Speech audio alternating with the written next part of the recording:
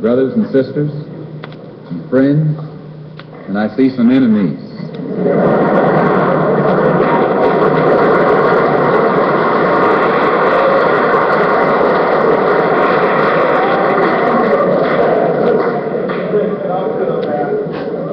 In fact, I think we'd be fooling ourselves if we had an audience this large and didn't realize that there were some enemies present.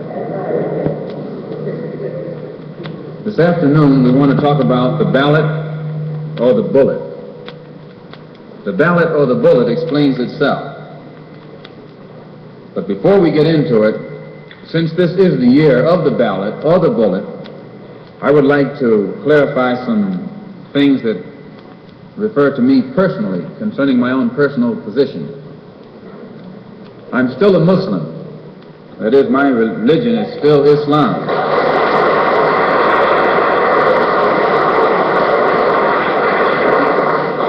My religion is still Islam. I still credit Mr. Muhammad for what I know and what I am. He's the one who opened my eyes. And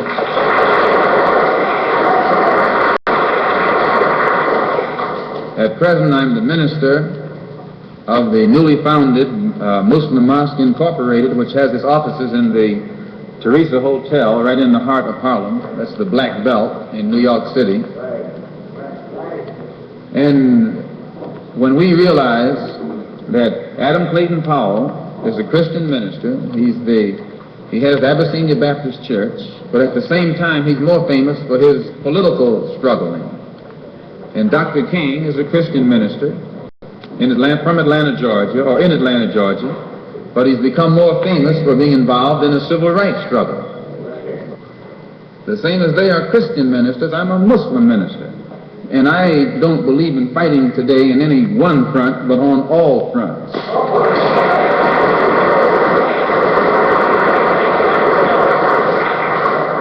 In fact, I'm a black nationalist freedom fighter.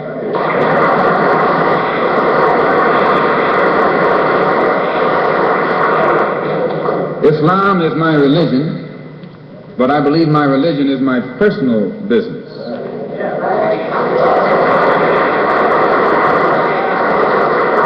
It governs my personal life, my personal morals, and my religious philosophy is personal between me and the God in whom I believe, just as the religious philosophy of these others is between them and the God in whom they believe. And this is best this way. Were we to come out here discussing religion, we'd have too many differences from the outstart, and we could never get together.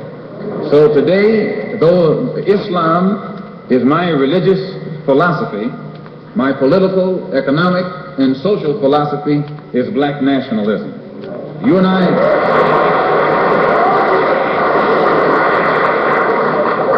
As I say, if we bring up religion, we'll have differences, we'll have arguments, we'll never be able to get together. But if we keep our religion at home, keep our religion in the closet, keep our religion between ourselves and our God, but when we come out here, we have a fight that's common to all of us against the enemy who is common to all of us.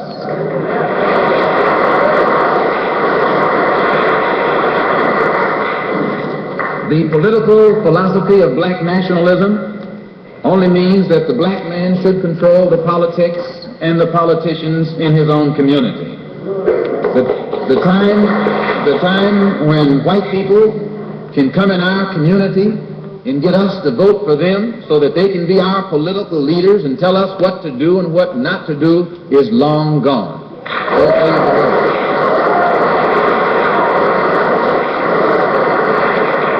By the same token, the time when that same white man, knowing that your eyes are too far open, can send another Negro into the community, get you and me to support him so he can use him to lead us astray, those days are long gone.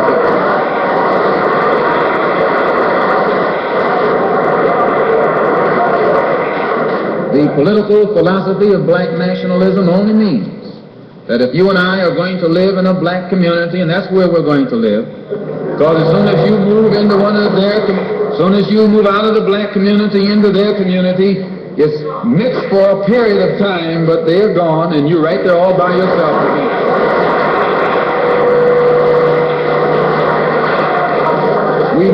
We must understand the politics of our community, and we must know what politics is supposed to produce. We must know what part politics play in our lives. And until we become politically mature, we will always be misled, led astray, or deceived or maneuvered into supporting someone politically who doesn't have the good of our community at heart.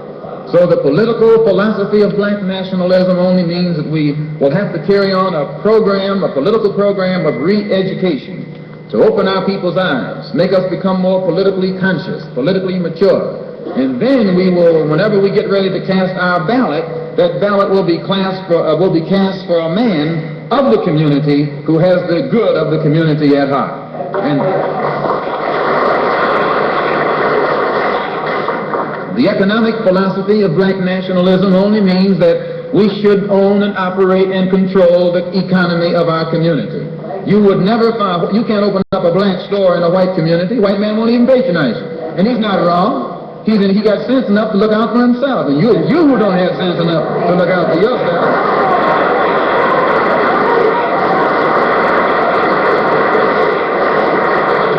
The white man is too intelligent to let someone else come and gain control of the economy of his community. But you will let anybody come in and control the economy of your community. Control the housing, control the education, control the jobs, control the businesses, under the pretext that you want to integrate. No, you're out of your mind.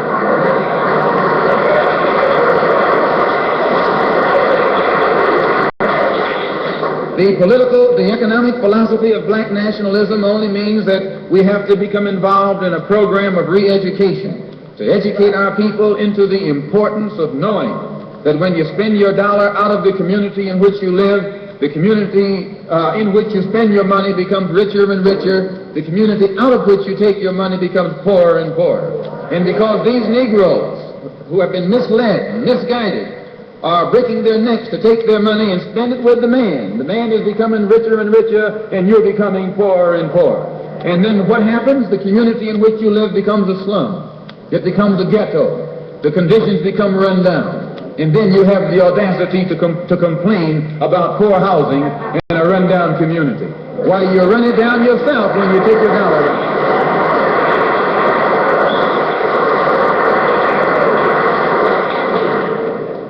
And you and I are in a double trap, because not only do we lose by taking our money someplace else and spending it, when we try and spend it in our own community, we're trapped because we haven't had sense enough to set up stores and control the businesses of our community. The man who's controlling the stores in our community is a man who doesn't look like we do. He's a man who doesn't even live in the community. So you and I, even when we try and spend our money in the block where we live or the area where we live, we're spending it with a man who, when the sun goes down, takes that basket full of money in another part of the town.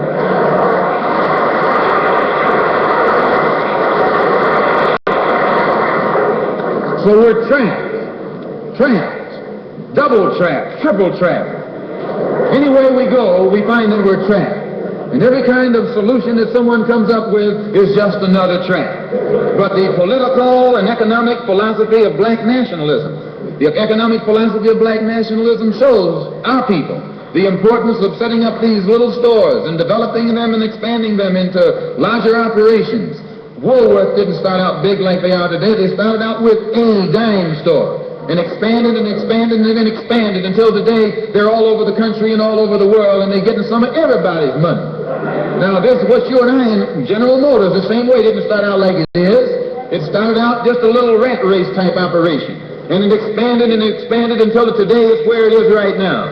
And you and I have to make a start. And the best place to start is right in the community where we live.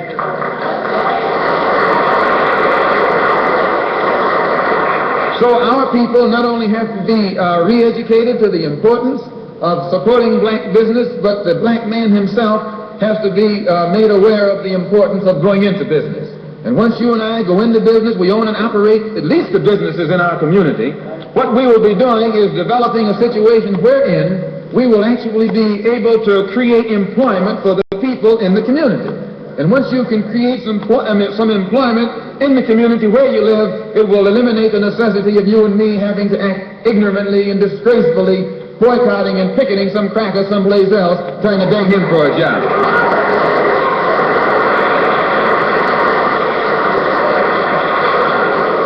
Anytime you have to rely upon your enemy for a job, you're in bad shape. And he is your enemy. Anytime, you wouldn't be in this country if some enemy hadn't kidnapped you and brought you here.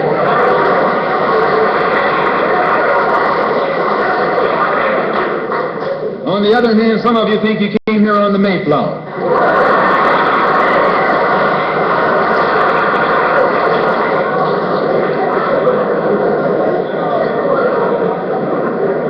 So as you can see, brothers and sisters, today, this afternoon, it's not our intention to discuss religion. We're going to forget religion. If we bring up religion, we'll be in an argument.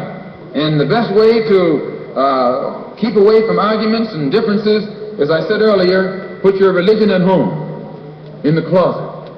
Keep it between you and your God. Because if it hasn't done anything more for you than it has, you need to forget it anyway.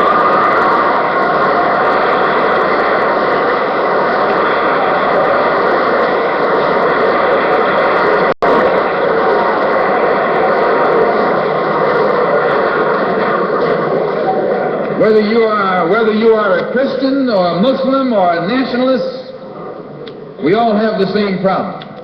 They don't hang you because you're a Baptist, they hang you because you're black.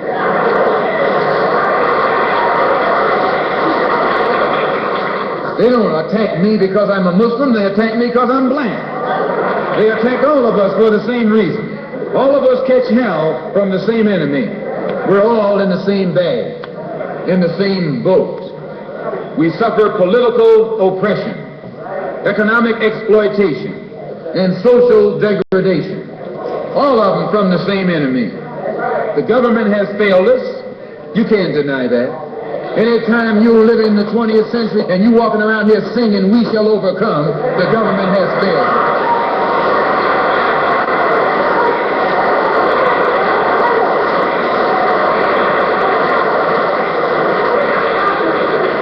This is part of what's wrong with you. You do too much singing.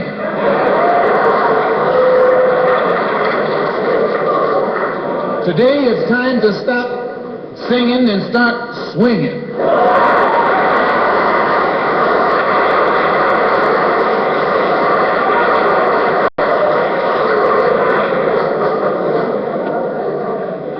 You can't sing up on freedom, but you can swing up on some freedom.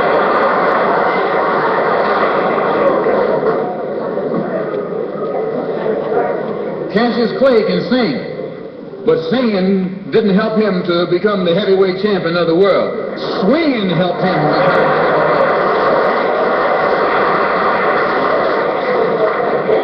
So this government has failed us. The government itself has failed us. And the white liberals who have been posing as our friends have failed us. And once we see that all these other sources to which we've turned have failed, we stop turning to them and turn to ourselves. We need a self-help program, a do-it-yourself philosophy, a do-it-right-now philosophy. It's already too late philosophy. This is what you and I need to get with. And the only way we're going to solve our problem is with a self-help program. Before we can get a self-help program started, we have to have a self-help philosophy. Black nationalism is a self-help philosophy. What's so good about it, you can stay right in the church where you are and still take black nationalism as your philosophy. You can stay in any kind of civic organization that you belong to and still take black nationalism as your philosophy. You can be an atheist and still take black nationalism as your philosophy. This is a philosophy that eliminates the necessity for division and argument. Because if you're black, you should be thinking black. And if you're black and you're not thinking black at this late date, well, I'm sorry for you. Once you change your philosophy, you change your thought pattern. Once you change your thought pattern, you change your attitude. Once you change your attitude, it changes your behavior pattern. and then you go on into some action. As long as you got a sit-down philosophy, you'll have a sit-down thought pattern. And as long as you think that old sit-down thought, you'll be in some kind of sit-down action. They'll have you sitting in everywhere. It's not so good to refer to what you're going to do as a sit-in. That right there castrates you. Right there it brings you down. What goes with it? Think of the image of someone sitting. An old woman can sit. An old man can sit. A chump can sit. A coward can sit. Anything can sit. Well, you and I have been sitting long enough, and it's time today for us to start doing some standing and some fighting to back that up.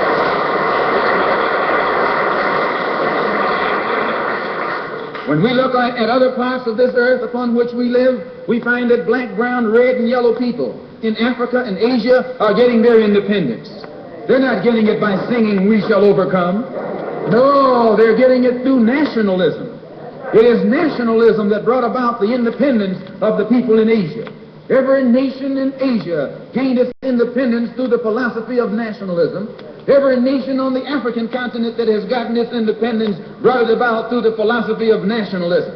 And it will take black nationalism to bring about the freedom of 22 million Afro-Americans here in this country, where we have suffered colonialism for the past 400 years.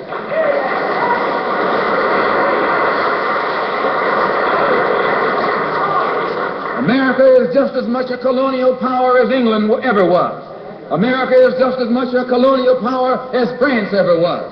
In fact, America is more so a colonial power than they, because she's a hypocritical colonial power behind it.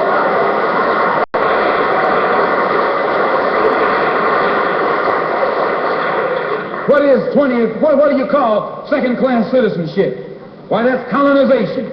Second-class citizenship is nothing but 20th century slavery. How are you going to tell me you're a second-class citizen? They don't have second-class citizenship in any other government on this earth. They just have slaves and people who are free. Well, this country is a hypocrite. They try and make you think they set you free by calling you a second-class citizen. No, you're nothing but a 20th century slave.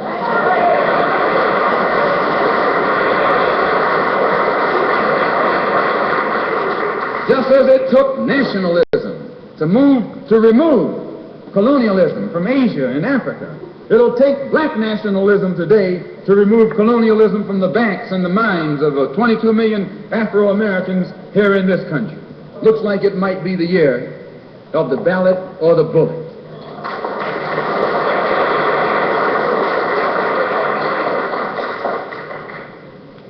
Why does it look like it might be the year of the ballot or the bullet? Because Negroes have listened to the trickery and the lies and the false promises of the white man now for too long, and they're fed up. They've become disenchanted. They've become disillusioned. They've become dissatisfied. And all of this has built up frustrations in the black community that makes the black community throughout America today more explosive than all of the atomic bombs the Russians can ever invent. Whenever you got a racial powder keg sitting in your lap, you're in more trouble than if you had an atomic powder keg sitting in your lap.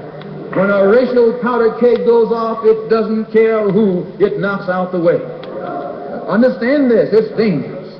Because what can the white man use now to fool us? After he put down that march on Washington, and you see all through that now, he tricked you, had you marching down to Washington. Yes. Had you marching back and forth between the feet of a dead man named Lincoln and another dead man named George Washington, singing "We Shall Overcome."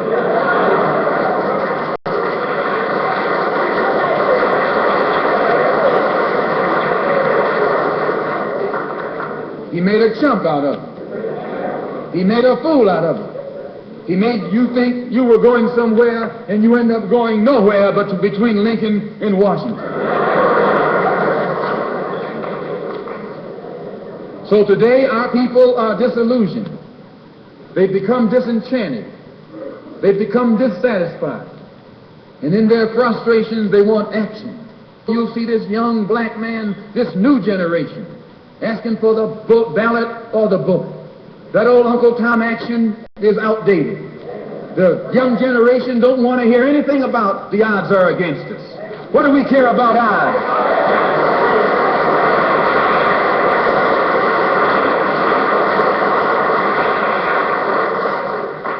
When this country here was first being founded, there were 13 colonies. The whites were colonized. They were fed up with this taxation without representation. So some of them stood up and said, liberty or death. Though I went to a white school over here in Mason, Michigan. The white man made the mistake of letting me read his history books. He made the mistake of teaching me that Patrick Henry was a patriot. And George Washington wasn't nothing nonviolent about old Pat or George Washington.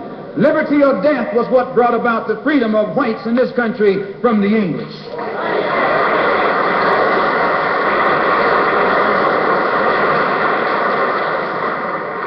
They didn't care about the odds. Why, they faced the wrath of the entire British Empire. And in those days they used to say that the British Empire was so vast and so powerful when the sun would never set on it. This is how big it was. Yet these 13 little scrawny states, tired of taxation without representation, tired of being exploited and oppressed and degraded, told that big British Empire, liberty or death. And here you have 22 million Afro-Americans, black people today, catching more hell than Patrick Henry ever saw.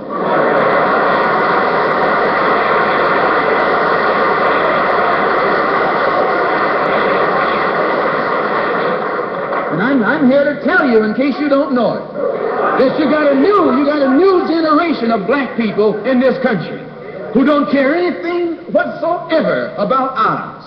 They don't want to hear you, old Uncle Tom, handkerchief heads talking about the odds. No.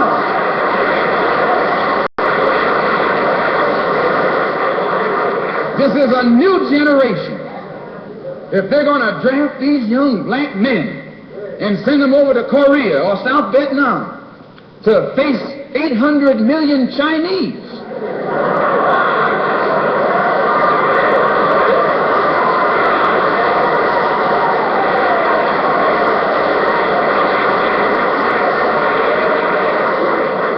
if you're not afraid of those odds, you shouldn't be afraid of these odds.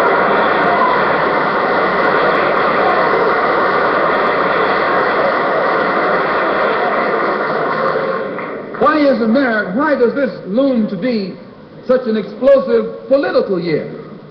Because this is the year of politics. This is the year when all of the white politicians are going to come into the Negro community. You never see them until election time. You can't find them until election time. They're going to come in with false promises. And as they make these false promises, they're going to feed our frustrations. And this will only serve to make matters worse. I'm no politician.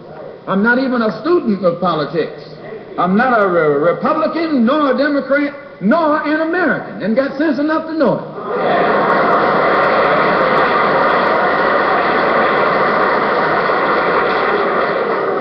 I'm one of the 22 million black victims of the Democrats.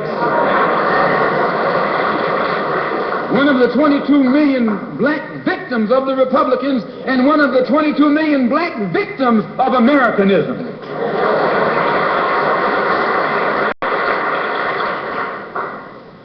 And when I speak, I don't speak as a Democrat or a Republican, nor an American. I speak as a victim of America's so-called democracy. You and I have never seen democracy. All we've seen is hypocrisy.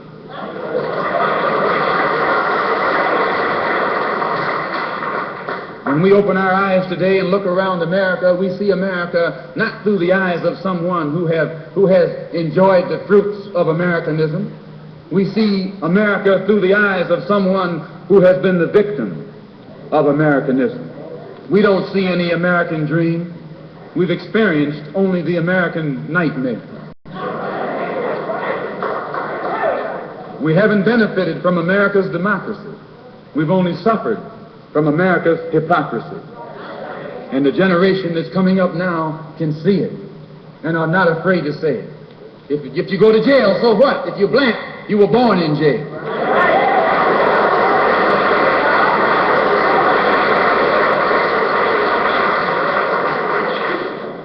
If you black, you were born in jail. In the North as well as the South. Stop talking about the South. Long as you south of the Canadian border, you're South.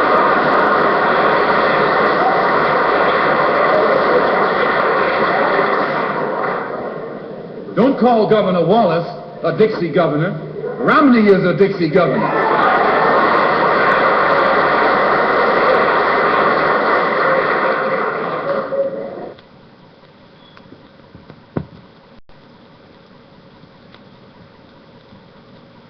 "22 million black victims of Americanism are waking up, and they're gaining a new political consciousness, becoming politically mature.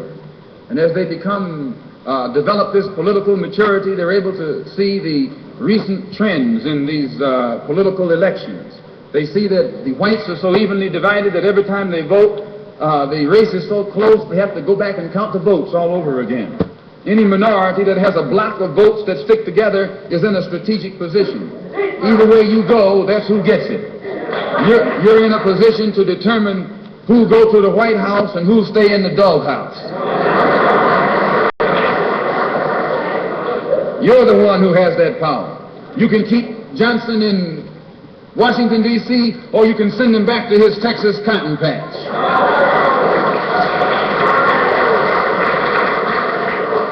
You're the one who sent Kennedy to Washington. You're the one who put the present Democratic administration in Washington, D.C. The whites were evenly divided. It was the fact that you threw 80% of your votes behind the Democrats that put the Democrats in the White House. When you see this, you can see that the Negro vote is the key factor. And despite the fact that you're a determining factor, what do you get out of it? The Democrats have been in Washington, D.C. only because of the Negro vote. They've been down there 4 years. And all other legislation they wanted to bring up, they brought it up and gotten it out of the way, and now they bring up you. And now they bring up you. You put them first and they put you last. Because you're a chump.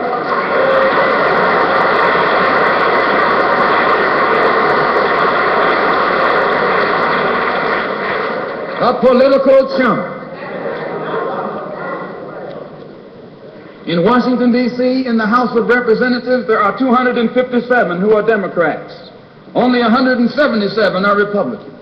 In the Senate, there are 67 Democrats. Only 33 are Republicans. The party that you backed controls 2/3 of the House of Representatives and the Senate, and still they can't keep their promise to you because you're a chump.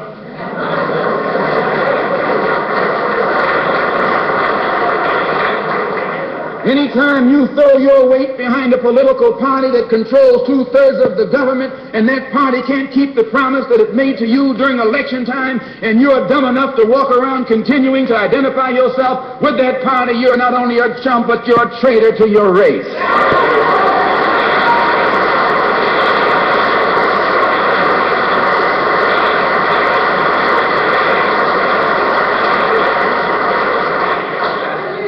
And what kind of alibi do they come up with? They try and pass the buck to the Dixiecrats. Now, back during the days when you were blind, deaf, and dumb, ignorant, politically immature, naturally you went along with that. But today, as your eyes come open and you develop political maturity, you're able to see and think for yourself. And you can see that a Dixiecrat is nothing but a Democrat in disguise. You look at the structure of the government. It's controlled by 16 senatorial committees and 20 congressional committees. Of the 16 senatorial committees that run the government, 10 of them are in the hands of Southern segregationists. Of the 20 congressional committees that run the government, 12 of them are in the hands of Southern segregationists. And they're going to tell you and me that the South lost the war.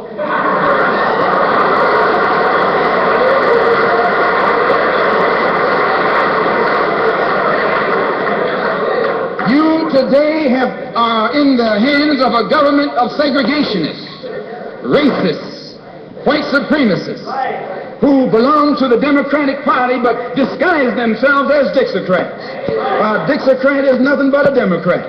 Whoever runs the Democrats is also the father of the Dixiecrats. And the father of all of them is sitting in the White House.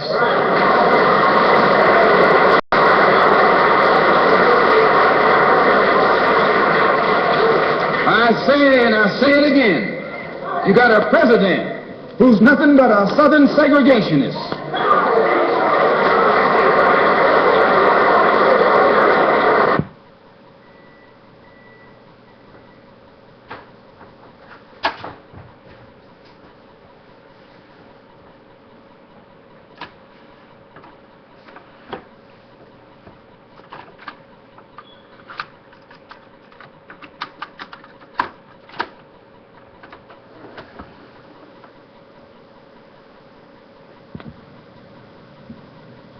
$22 million black victims of Americanism are waking up, and they're gaining a new political consciousness, becoming politically mature.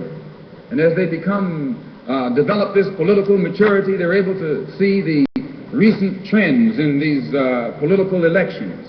They see that the whites are so evenly divided that every time they vote, the race is so close they have to go back and count the votes all over again.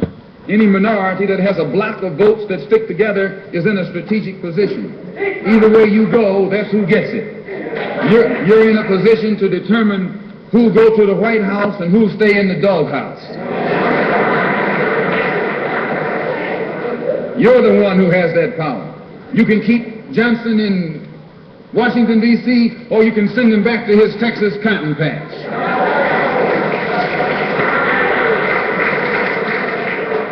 You're the one who sent Kennedy to Washington. You're the one who put the present Democratic administration in Washington, D.C. The whites were evenly divided. It was the fact that you threw 80% of your votes behind the Democrats that put the Democrats in the White House. When you see this, you can see that the Negro vote is the key factor. And despite the fact that you are in a position till you get out of it. The Democrats have been in Washington, D.C. only because of the Negro vote. They've been down there 4 years. And all other legislation they wanted to bring up, they brought it up and gotten it out of the way, and now they bring up you. And now they bring up you. You put them first, and they put you last. Because you're a chump.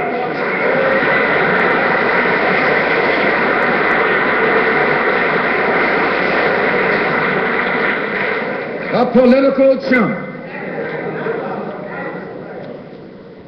In Washington, D.C., in the House of Representatives, there are 257 who are Democrats. Only 177 are Republicans. In the Senate, there are 67 Democrats. Only 33 are Republicans. The party that you backed controls 2/3 of the House of Representatives and the Senate, and still they can't keep their promise to you because you're a chump.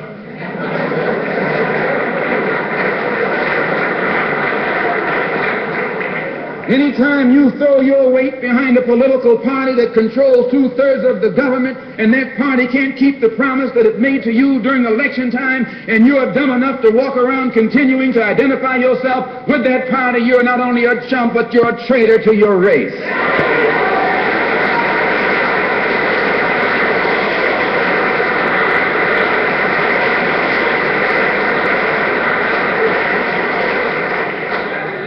And what kind of alibi do they come up with? They try and pass the buck to the Dixiecrats. Now, back during the days when you were blind, deaf, and dumb, ignorant, politically immature, naturally you went along with that. But today, as your eyes come open and you develop political maturity, you're able to see and think for yourself. And you can see that a Dixiecrat is nothing but a Democrat in disguise. You look at the structure of the government that's controlled by 16 senatorial committees and 20 congressional committees. Of the 16 senatorial committees that run the government, 10 of them are in the hands of Southern segregationists. Of the 20 congressional committees that run the government, 12 of them are in the hands of Southern segregationists. And they're going to tell you and me that the South lost the war.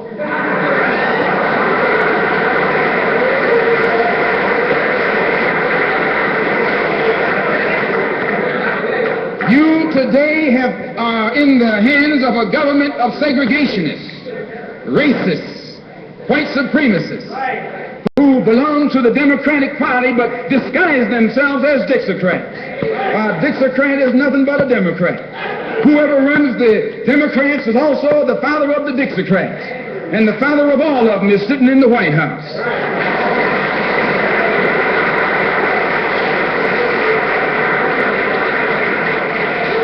I say, and I say it again, you got a president who's nothing but a Southern segregationist.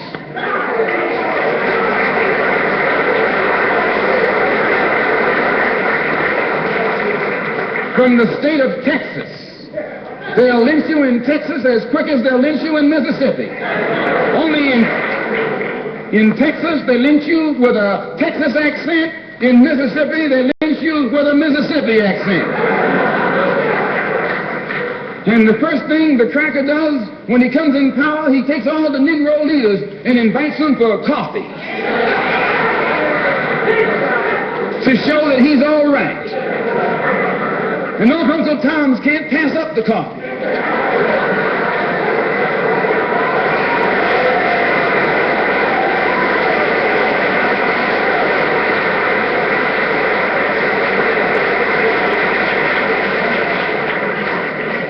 They come away from the coffee table telling you and me that this man is all right. Because he's from the South. And since he's from the South, he can deal with the South. And look at the logic that they're using. What about Eastland? He's from the South. Make him the president. If Johnson is a good man because he's from Texas, and being from Texas will enable him to deal with the South, Eastland can deal with the South better than Johnson.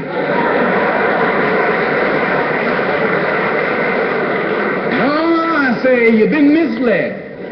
You've been had. You've been took.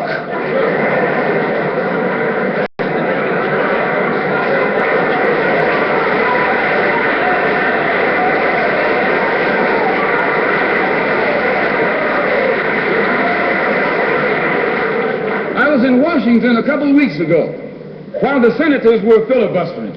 And I noticed in the back of the Senate a huge map. And on this map, it showed the distribution of Negroes in America. And surprisingly, the same senators that were involved in the filibuster were from the states where there were the most Negroes. Why were they filibustering the civil rights legislation? Because the civil rights legislation is supposed to guarantee voting rights to Negroes in those states. And those senators from those states know that if the Negroes in those states can vote, those senators are down the drain.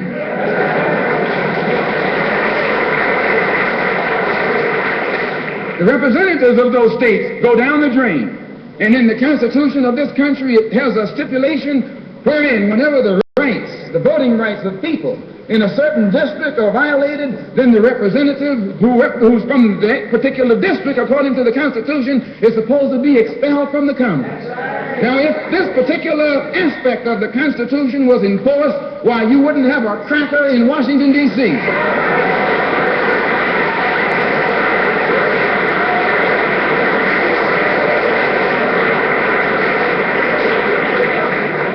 But what would happen? When you expel the Dixiecrat, you're expelling the Democrat.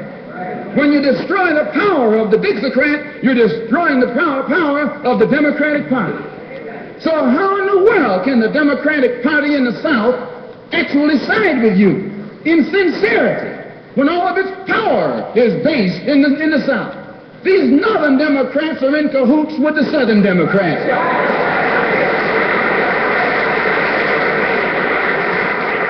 They're playing a giant con game, a political con game. You know how it goes. One of them comes to you and make believe he's for you. And he's in cahoots with the other one that's not for you. Why? Because neither one of them is for you. But they got to make you go with one of them or the other. So this is a con game. And this is what they've been doing with you and me all these years. First thing Johnson got off the plane when he became president, he asked, "Where's Dickie?" You know who Dickie is? Dickie is old Southern cracker Richard Russell. Look here. Yes. Lyndon B. Johnson's best friend is the one who is ahead, who's heading the forces that are filibustering civil rights legislation. You tell me, how in the hell is he going to be Johnson's best friend?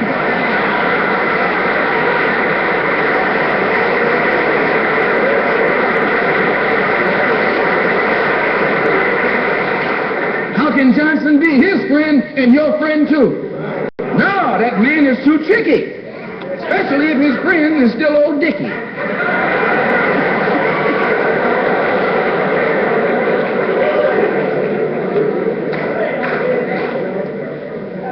Whenever the Negroes keep the Democrats in power, they're keeping the Dixiecrats in power. This is true. A vote for a Democrat is nothing but a vote for a Dixiecrat. I know you don't like me saying that, but I'm not the kind of person who come here to say what you like. I'm going to tell you the truth whether you like it or not.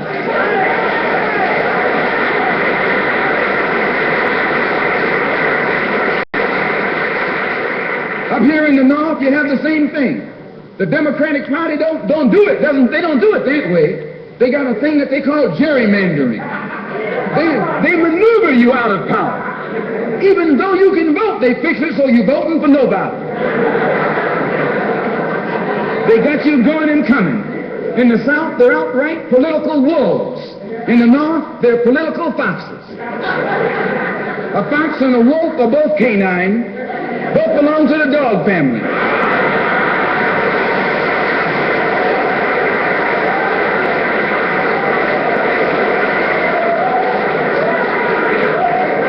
Now, you take your choice. You're going to choose a northern dog or a southern dog. Because either dog you choose, I guarantee you, you'll still be in the doghouse. This is why I say it's the ballot or the bullet. It's liberty or it's death. It's freedom for everybody or freedom for nobody.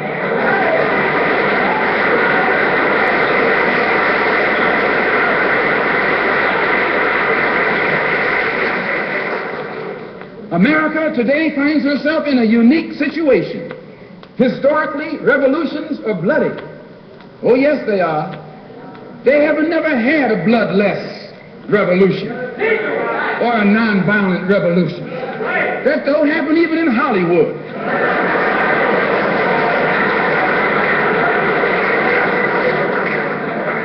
You don't have a revolution in which you love your enemy. And you don't have a revolution in which you are begging the system of exploitation to integrate you into it. Revolutions overturn systems. Revolutions destroy systems. A revolution is bloody. But America is in a unique position.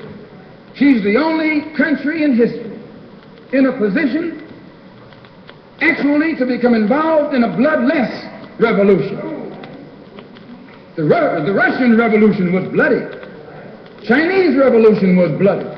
French Revolution was bloody. Cuban Revolution was bloody. And there was nothing more bloody than the American Revolution. But today, this country can become involved in a revolution that won't take bloodshed. All she's got to do is give the black man in this country everything he's doing. Everything.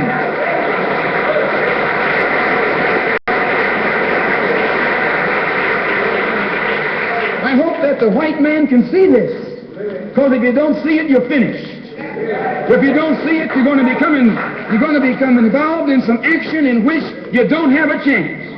And we don't care anything about your atomic bomb. It's useless, because other countries have atomic bombs. When 2 or 3 different countries have atomic bombs, nobody can use it.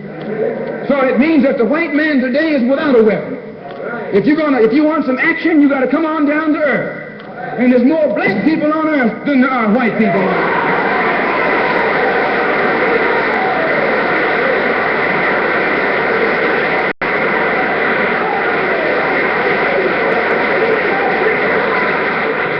I only got a couple more minutes. The white man can never win another war on the ground. His days of war victory, his days of ground victory are over. Can I prove it? Yes. Take all the action that's going on this earth right now that he's involved in. Tell me where he's winning. Nowhere. Why, some rice farmers, some rice eaters ran him out of Korea. Yes, they ran him out of Korea.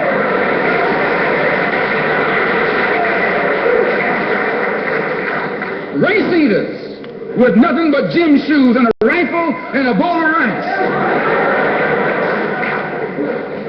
took him his napalm and all that other action he's supposed to have, and ran him across the Yalu. Why? Because the day that he can win on the ground is past. Up in French Indochina, those little peasants, rice growers, took on the might of the French army and ran all the Frenchmen. You remember Dien Bien Phu? No.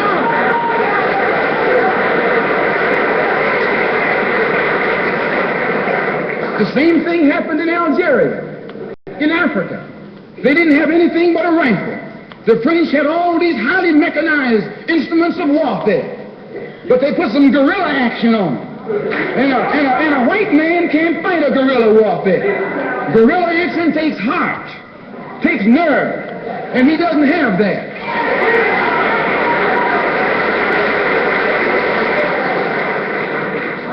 He's brave when he's got tanks.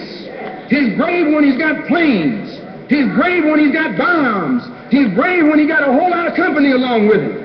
But you take that little man from Africa and Asia, turn him loose in the woods with a blade.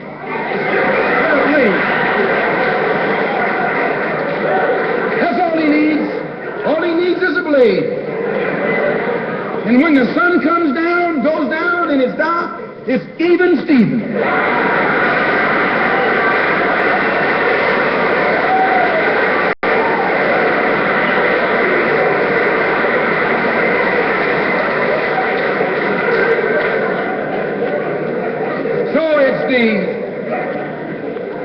It's the ballot or the bullet. Today our people can see that we're faced with a government conspiracy. This government has failed us. The senators who are filibustering concerning your and my rights, that's the government. Don't say it's Southern senators, this is the government. This is a government filibuster. It's not a segregationist filibuster. It's a government filibuster. Any kind of activity that takes place on the floor of the Congress or the Senate, that's the government. Any kind of dilly-dallying, that's the government. Any kind of pussyfooting, that's the government. Any kind of act that's designed to delay or deprive you and me right now of getting full rights, that's the government that's responsible. And anytime you find the government involved in a conspiracy to violate the citizenship or the civil rights of a people, then you are wasting your time going to that government expecting redress. Instead, you have to take that government to the world court and accuse it of genocide and all of the other crimes that it is guilty of today.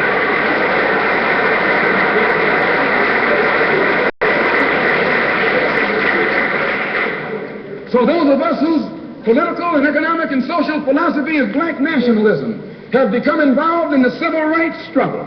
We have injected ourselves into the civil rights struggle, and we intend to expand it from the level of civil rights to the level of human rights. As long as you fight it on the level of civil rights, you're under Uncle Sam's jurisdiction. You're going to his court expecting him to correct the problem. He created the problem. He's the criminal. You don't take your case to the criminal, you take your criminal to court.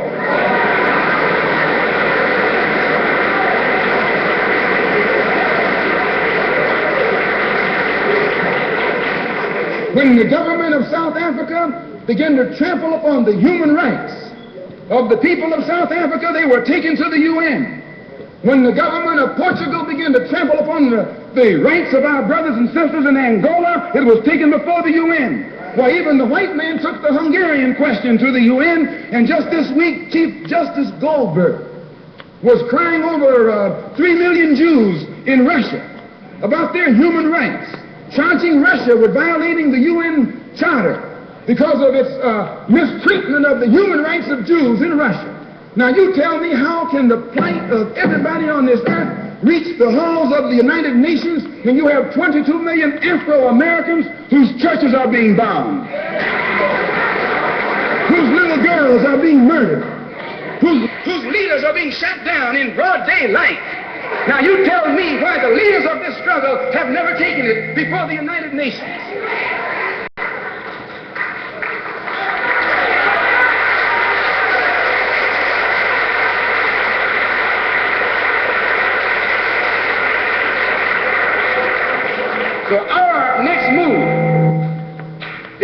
take the entire civil rights struggle problem into the United Nations.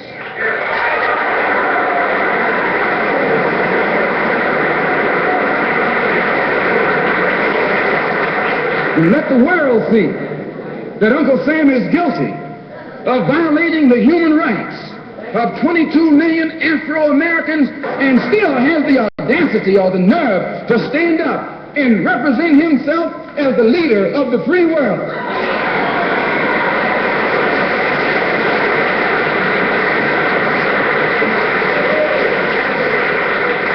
Not only is he a crook, he's a hypocrite.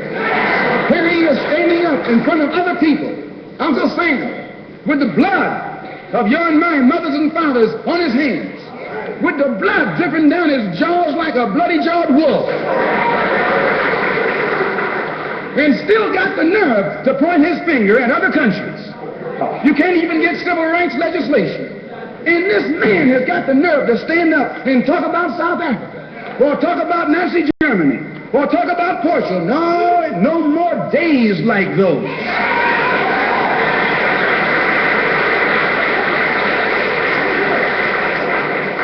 So I say in my conclusion, the only way we're going to solve it, we got to unite.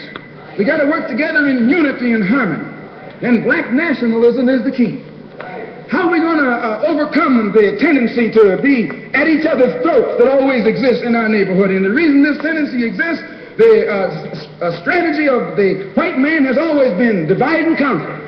He keeps us divided in order to conquer us. He tells you I'm for separation and you for integration and keep us fighting with each other. No, I'm not for separation and you're not for integration. What you and I are for is freedom.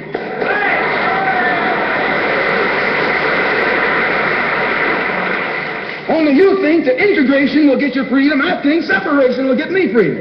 We both got the same objective. We just got different ways of getting at it. So I studied this man, Billy Graham, who preaches white nationalism. That's what he preaches.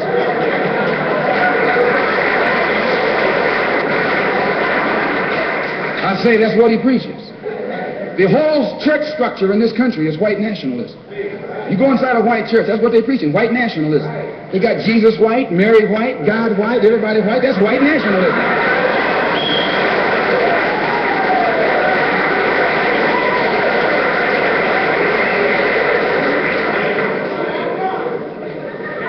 So what he does, the way he circumvents the jealousy and envy that he ordinarily would incur among the heads of the church. Whenever you go into an area where the church already is, you're going to run into trouble.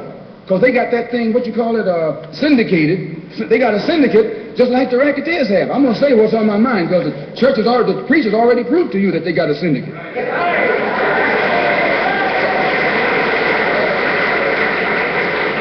And when you're out in the rackets, whenever you're getting in another man's territory, you know, they gang up on you. And that's the same way with you. You run into the same thing. So how Billy Graham gets around that, instead of going into somebody else's territory like he's going to start a new church, he doesn't try and start a church. He just goes in preaching Christ. And he says, everybody who believes in him, you go wherever you find him. So this helps all the churches, and so since it helps all the churches, they don't fight him. Well, we're going to do the same thing, only our gospel is black nationalism. His gospel is white nationalism. Our gospel is black nationalism. And the gospel of black nationalism, as I told you, means you should control the politics of your community, the economy of your community, and all of the society in which you live should be under your control. And once you feel that this philosophy will solve your problem, go join any church where that's preached. Don't join a church where white nationalism is preached. Now, you can go to a Negro church and be exposed to white nationalism. Because when you walk in a Negro church and you see a white Jesus and a white Mary and some white angels, that Negro church is preaching white nationalism.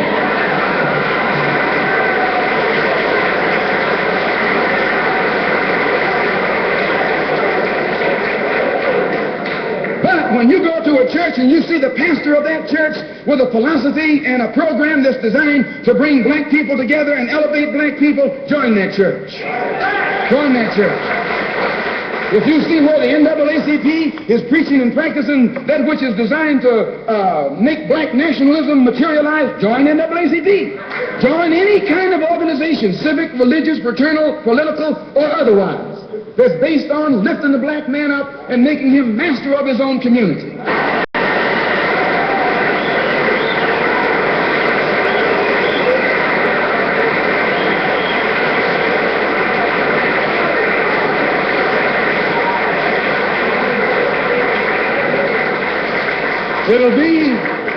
It'll be the ballot, or it'll be the vote. It'll be liberty, or it'll be death. And if you're not ready to pay that price, don't use the word freedom in your vocabulary. One more thing. I was on a program in Illinois recently with Senator Paul Douglas, a so-called liberal, so-called Democrat, so-called white man. At which time he told me that our African brothers were not interested in us in Africa. He says the Africans aren't interested in the American Negro. I knew he was lying. But during the next 2 or 3 weeks, it's my intention and plan to make a tour of our African homeland. And I hope that when I come back, I'll be able to come back and let you know how our African brothers and sisters feel toward us.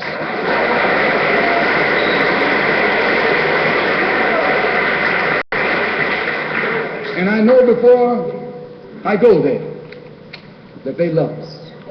We're one. We're the same. The same man who has colonized them all these years colonized you and me too. All these years. And all we have to do now is wake up and work in unity and harmony, and the battle will be over.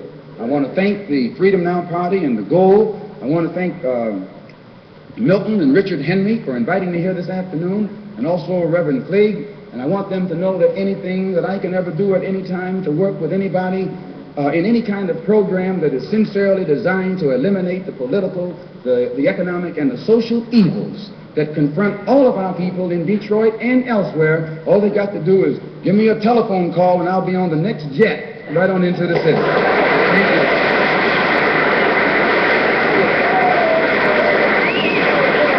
Please take your seats, please.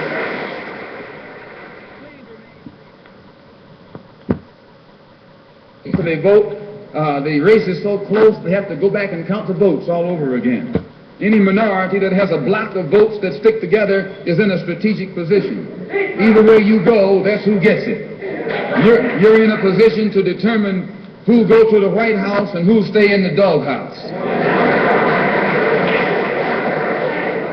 You're the one who has that power. You can keep Johnson in Washington, D.C., or you can send him back to his Texas cotton patch.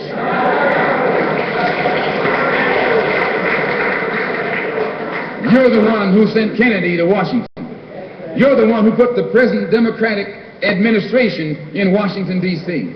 The whites were evenly divided. It was the fact that you threw 80% of your votes behind the Democrats that put the Democrats in the White House. When you see this, you can see that the Negro vote is the key factor.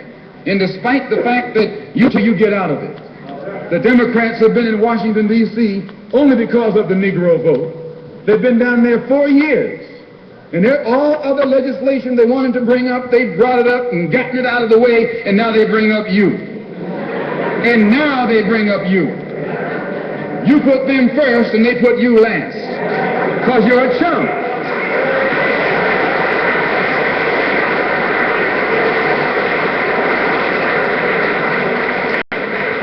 A political chump. In Washington, D.C., in the House of Representatives, there are 257 who are Democrats. Only 177 are Republicans. In the Senate, there are 67 Democrats. Only 33 are Republicans. The party that you backed controls 2/3 of the House of Representatives and the Senate, and still they can't keep their promise to you because you're a chump.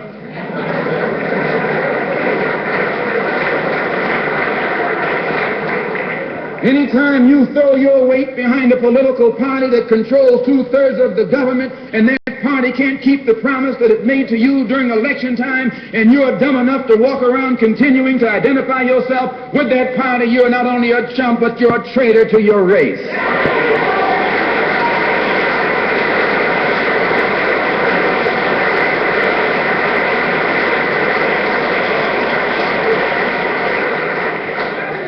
And what kind of alibi do they come up with? They try and pass the buck to the Dixiecrats. Now, back during the days when you were blind, deaf, and dumb, ignorant, politically immature, naturally you went along with that. But today, as your eyes come open and you develop political maturity, you're able to see and think for yourself. And you can see that a Dixiecrat is nothing but a Democrat in disguise. You look at the structure of the government. It's controlled by 16 senatorial committees and 20 congressional committees. Of the 16 senatorial committees,